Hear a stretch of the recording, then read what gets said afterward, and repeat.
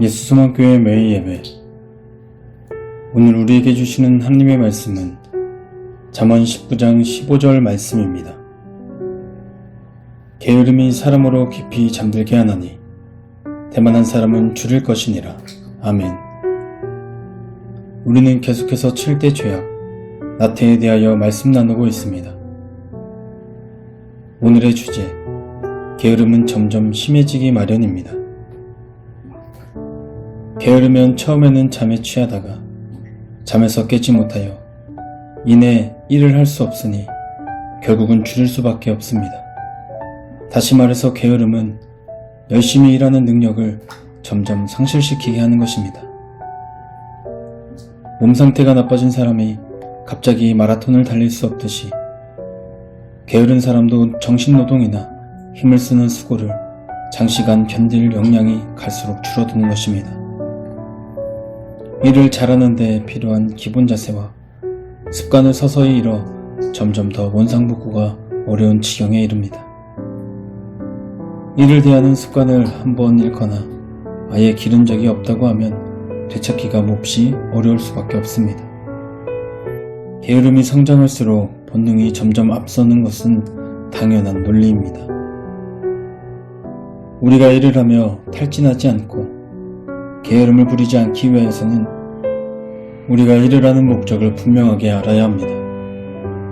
우리가 노동을 통하여 먹을 것과 입을 것을 얻는 것은 하나님께서 주신 은혜임을 알며 이 은혜는 나의 배를 채우는 것에만 사용하는 것이 아니라 우리의 이웃을 위하여 사용해야 하는 바른 목적을 가질 때 우리는 탈진하거나 게으르지 않게 되는 것입니다. 그리스도인의 섬김과 헌신도 마찬가지입니다. 자신만을 위하여 기도하며 자신의 지식을 위하여 성경을 배우며 신앙생활을 하다 보면 여러 문제들이 일어나지만 말씀에 순종하여 이웃에게 사랑을 베풀며 섬김으로 말씀을 삶에서 나타낼 때 그리스도의 사랑이 전해지며 비로소 영적 성숙을 경험할 수 있는 것입니다.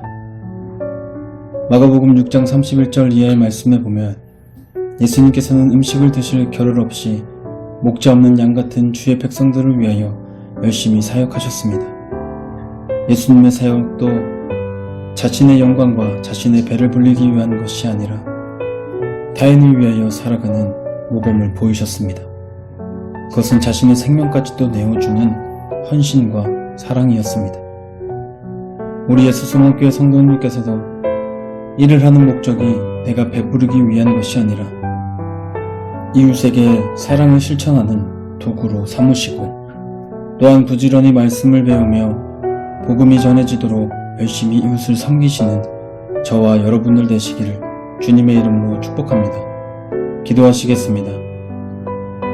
주님, 제게 주님의 형상을 닮은 은혜를 허락하여 주시옵소서.